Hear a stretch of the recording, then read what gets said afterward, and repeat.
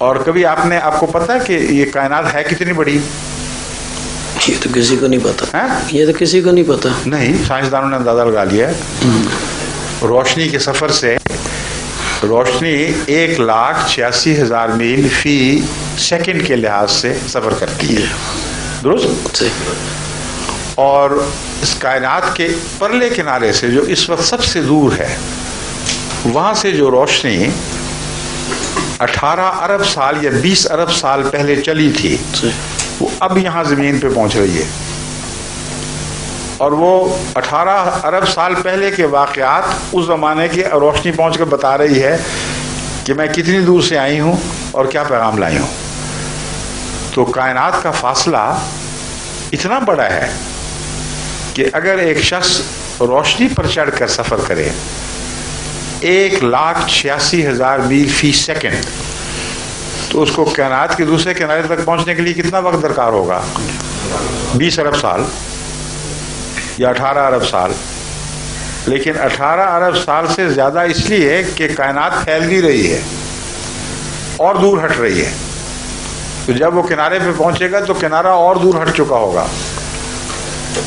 اب سمجھ گئے بات کو؟ اب آپ کو پتہ ہے کہ حضرت عیسیٰ علیہ السلام کے متعلق مولوی کیا کہتے ہیں کہ کس آسمان پر اٹھائے گئے؟ چوتھے آسمان پر. ٹھیک ہے؟ کل کتنے آسمان ہیں؟ 7. تو چوتھا آسمان مڈل میں ہوا نا. ٹھیک ہے جی. تو مڈل کا فاصلہ یہاں سے کتنا ہوا؟ 10 ارب سال. ٹھیک ہے.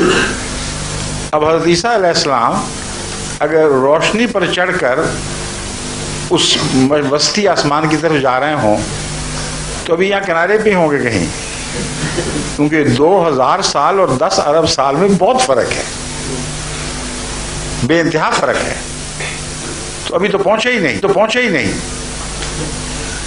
اور ہاتھ لگا کر اگر فوراً واپس مڑیں تو مولوی آپ کو یہ کہتے ہیں کہ 20 ارب سال تک امید ہے کہ عیسیٰ علیہ السلام واپس آ جائیں گے. یعنی کہتے یہ نہیں ہے مگر مطلب یہی ہے ان کا، کیونکہ کہتے ہیں لفظاً مانو. نہیں تو یہ نبی لوگ ٹائم سپیس سے آزاد نہیں ہوتے؟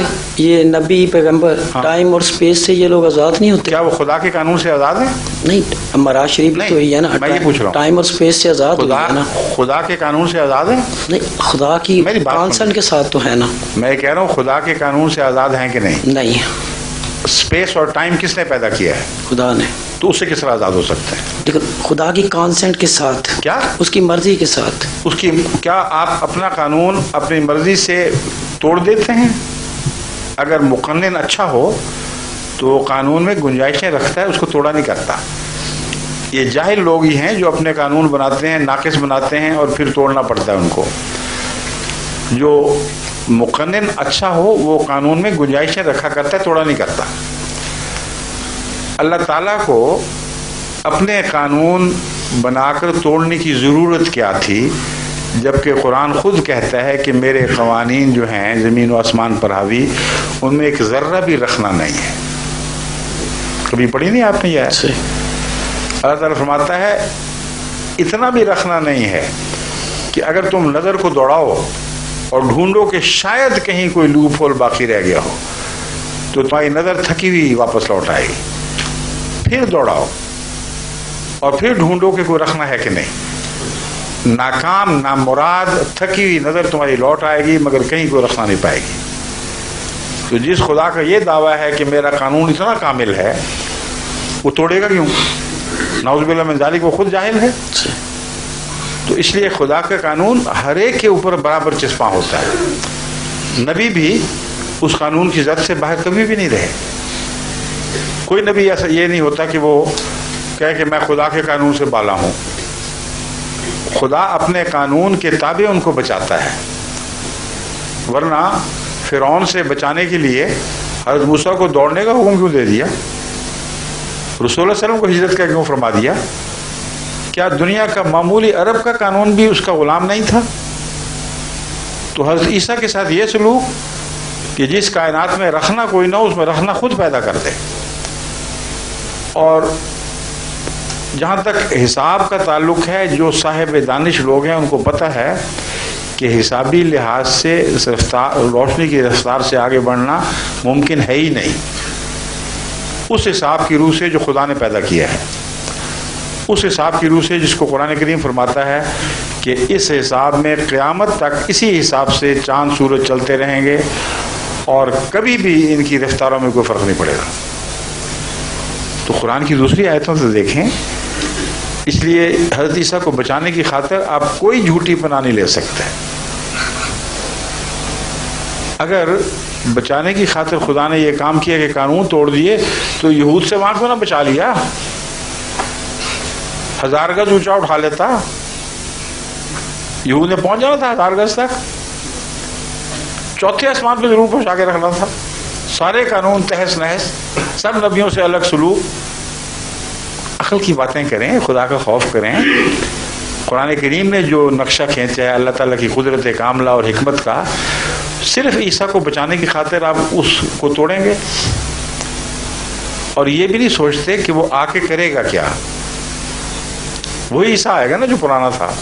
اگر مولوی ماں کی بات آپ مانتے ہیں تو وہ کیا تھا، کس کی طرف رسول تھا؟ بنی اسرائیل کی طرف جی یا اسلام کی طرف؟ بنی اسرائیل۔ قرآن نازل ہوا تھا اس پر؟ نہیں۔ اچھا اب بتائیں، وہ اسپیس میں بیٹھا ہوا ہے نا ابھی تک؟ رسول اللہ علیہ وسلم کو آئے ہوئے کتنا عرصہ ہو گیا ہے؟ 1400 سال۔ حضرت عیسیٰ اوپر غیر مسلم نبی کے طور پر بیٹھے ہوئے یا مسلم نبی کے طور پر؟ یہ تو کرسچنز کا اپنا کانسیپٹ ہے، مسلمز کا اپنا ہے۔ وہ مسلمان تو نہیں نا پھر؟ نہیں۔ تو غیر مسلم نبی یہاں آ کے کرے گا کیا؟ جبکہ قرآن کہے گا رسول الی بنی اسرائیل، اور وہ جو رسول کے ظاہر ہونے کے باوجود اپنا دین نہ بدلے، اس کی غلامی کریں گے آپ؟ عقل سے بات کریں۔ قرآن تو کہتا ہے ہم نے اس کو تورات کے تابع کیا، انجیل کے تابع کیا، قرآن کا ذکر بھی نہیں فرماتا کہ قرآن کے تابع کیا۔ تو آپ کو انجیل ہی پڑھائے گا نا آ کے، یا تورات کی تعلیم دے گا؟ تو وہ خود مسلمان ہو گئے، آپ کو عیسائی بنا دے گا آ کے۔ تھوڑا سا غور کریں، عقل دوڑائیں کہ یہ ہو کیسے سکتا ہے؟ حضرت عیسیٰ علیہ السلام آسمان پر بیٹھے ہوئے، رسول اللہ علیہ وسلم ظاہر ہو گئے اور ان کو خبر ہی نہیں۔ اور اگر آپ کہیں کہ خبر ہو گئی تو خدا نے براہ راست خبر دی نا۔ پھر خبر ہونے کے بعد مسلمان ہوئے کہ نہیں؟ ہونا پڑے گا۔ مسلمان ہوئے تو اسلام پر عمل کیسے کریں گے؟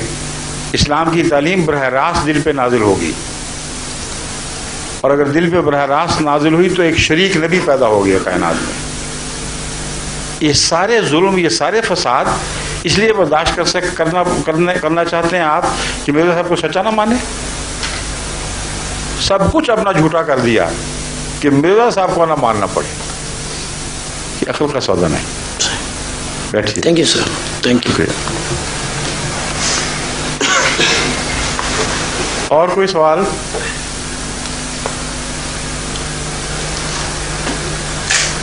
کیوں جی؟